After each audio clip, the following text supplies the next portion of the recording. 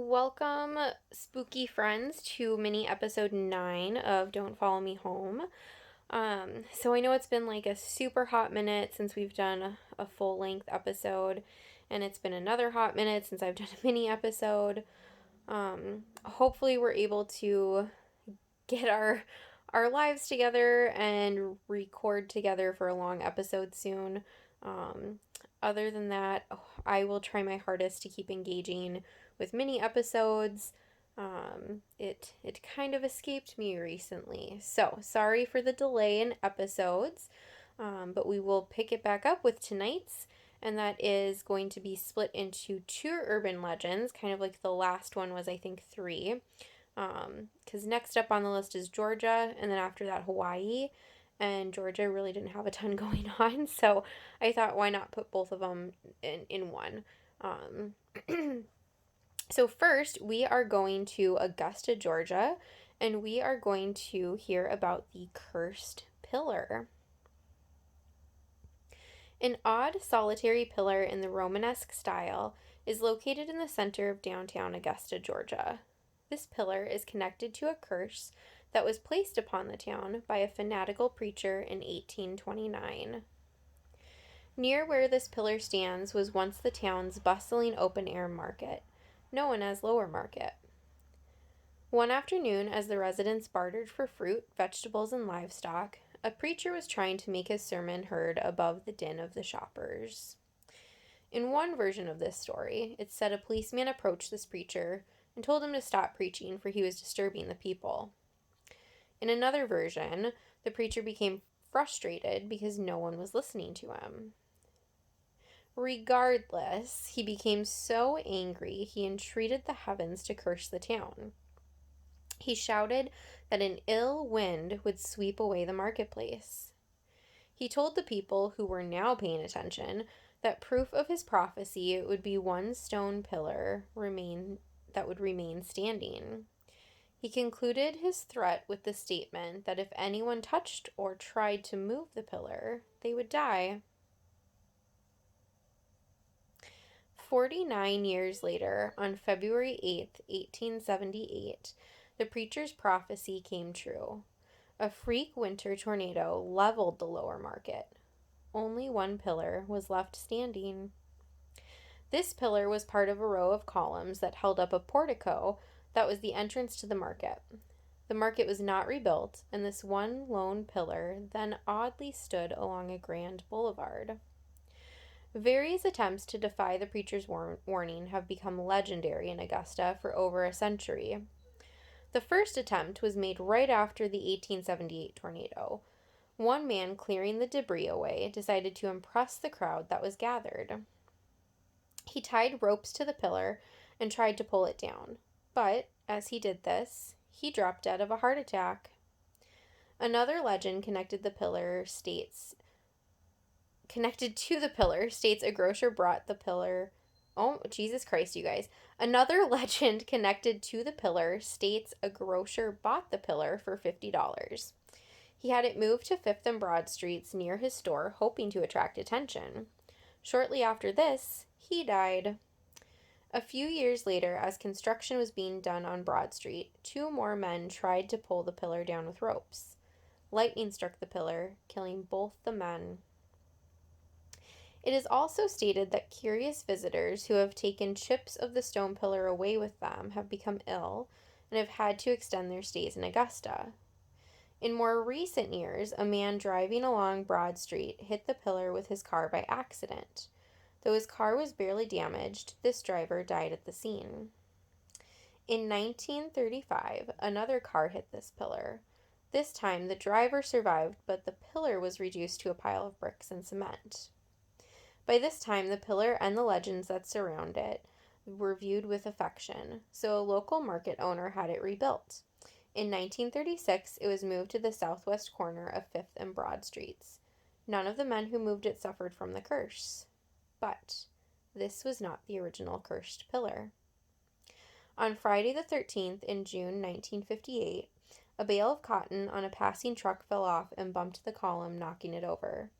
The driver was not injured. Again, though, this is not the original pillar. After this, the pillar was moved an additional 8 feet from the curb to prevent further accidents. But a driver crashed into the pillar in 2017. And now the replacement is so daunting that Augusta has yet to pull the trigger on plans for the killer pillar. Although only a stump remains, locals still don't want to test their fate. All right, so that is the Cursed Pillar of Augusta, Georgia. And as always, if you've heard this before or you have experience with it, you're from the area, write us in. We always like to hear people who have experiences with the things we talk about. All right.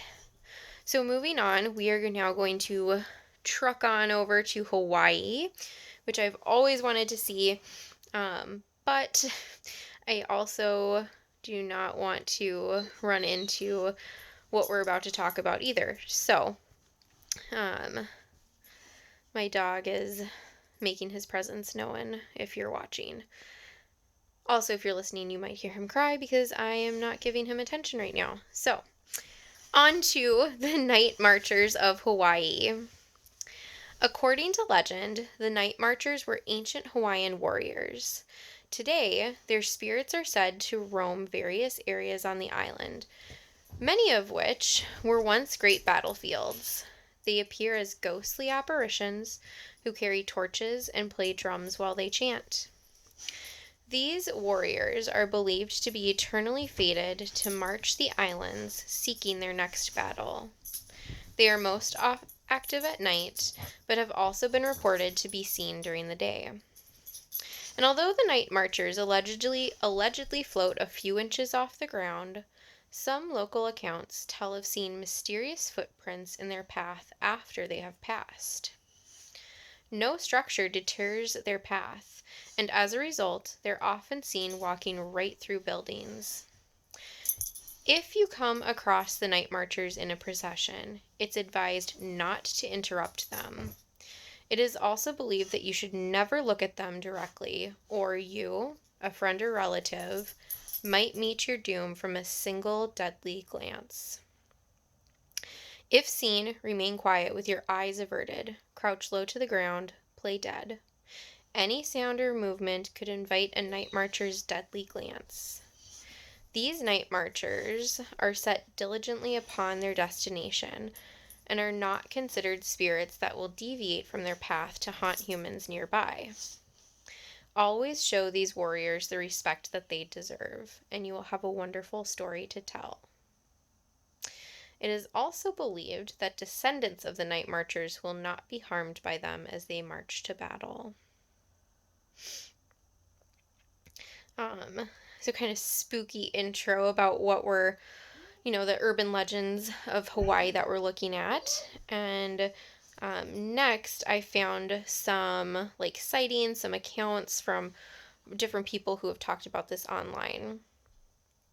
So, in downtown Honolulu, there's reportedly a night marcher's trail that runs through the footprint of the Davies Pacific Center. In 2012, someone named I'm going to butcher these names, so I'm so sorry. Kapauni met with attorneys on the 23rd floor who claimed that the building's security cameras captured the night marchers on video. A native Hawaiian cleaning lady was reportedly doing her job at night when a column of mist appeared. The woman died the next day. The following month, someone claimed to have seen the ghost of the lady marching with the night marchers and disappearing to the other side of the wall. Ricky, a security guard at the Cades Chute building, claims he once caught a glimpse of the night marchers during a brief trip to Waialua some 19 years ago. Ricky and his then-girlfriend Jennifer visited their friend Richard and his son Ryan, who were camping on Mokolaiai Beach. Ricky remembers the exact date, July 5th, 1995. They arrived on the beach between 10 and 11 p.m.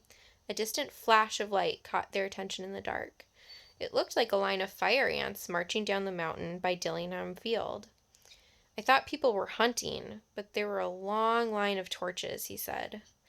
It was a strange sight at first because it looked like a endless line of torches disappearing off the mountain ridge. But he later realized those weren't hunters, but night marchers. He recalls hearing the legend of the night marchers as a kid at YMCA camp. One staffer always used to warn young campers about night marchers' path in the same spot where he saw them. Luckily, Ricky and his friends survived to tell the tale. A report by Kuole. When we went to Kaiwaki to stay, there's no electricity, there's no water, there's no nothing. So the nighttime is very dark. And I remember being on the beach and we would look up towards the mountain. You can feel the wind coming, and in the wind you can smell the goats, a very strong smell. We would lay on the beach and we'd look at the stars and count stars, watch satellites, do all that. It was really interesting the things you can do without a light. And I remember seeing lights around the inland, and I would always ask my dad, "What is that?" He'd say, "Oh, those are the night marchers." And then when we'd hike on the trail, sometimes we'd go hiking maybe in the afternoon because it's cool. But by the time we're coming home, it's getting dark. And sometimes we'd walk along the trail, and my dad would say, "If you see something or you feel something on you, just get off the trail." And he said, "Turn your back to the trail, put your head down," because he had felt uncomfortable at different times in the dark along the trail. He said, "It's funny people don't believe it. How many nights we sit out on the patio of the house and we look and we can see lights like they're walking and walking and walking. There's nobody out there. There's nobody for miles. I mean, the next neighbor might be 2 beaches down. Very few people had four-wheel drive to drive in. Kewaiki had no road in and was only by boat access." My dad said, "How is it possible for those lights to be there? What is it?" So I believe that it's probably true. I don't question it and it doesn't bother me. We always need to respect that and know about it and know what to do. Sometimes we'd be out there and it would be dark and by the time we got it home. I asked my dad years later, "Well, did you always say that stuff to scare me?" He said, "No, not really." I said, "Well, did you believe it?" And he goes, "To an extent, yeah." He said, "If you don't believe it, then you should respect it anyways. Those are people who were there before us, and we don't know." I believe that there's some truth to that. Another account reported by Ilma says, "Night marchers are the Menehune. They're still there. We had a Japanese friend, Kaneshiro, and he used to take care of the Brown's house in Kewaiki. And they say that the house was built on a Hawaiian trail. And there were some days I remember he'd come to our house in the morning and was just so upset. He'd come in, and mom and dad were talking. He was Japanese, but he could speak Hawaiian. And he was just talking in Hawaiian. And when he got done cursing and whatever, he would tell the story. Says he woke up in the morning. He was out on the outside of the house. What happened? They marched through the house and actually carried him out and put him in the yard. And they did this several times. They took him out of the house and just set him. Never hurt him. That's the amazing thing about him. They never hurt him. But they stepped on his chest several times and threw him out of the house. I understand that some people did get hurt. I mean, they would stomp on you. If this happened in your bedroom and you're asleep, they would stomp all over you and walk right through. At the Waikola Hilton, there's a trail there. You turn right when you're driving along the road, going towards the hotel, and you come to a place where there is like a cobblestone path. They made that because the night marchers go through there. And people have actually seen them. They left that open for them because they were told by the Hawaiian priests, "You do not close that area up because you will be sorry." So they just made a cobblestone walkway where whoever is walking on it could go right through. They listened to the Hawaiians because a lot of things happened when they were constructing. So it's not only legend, in some cases, it's actually reality. All right, and that is the urban legend of the Night Watchers. And I say urban legend with a little more pause because it sounds like it's a very strong um, belief and part of Hawaii's history. So um, I just use urban legend because that's what is on the urban legend list that I have for Hawaii. So again, if you've been to Hawaii, if you've heard of night marchers, if you have um, seen one, or you know more about this story, please go ahead and share. Um, you can always email us any other spooky experiences, not just about what the episode's about. Um, don't follow me home pod at gmail.com. Look us up on Facebook, look us up on Instagram.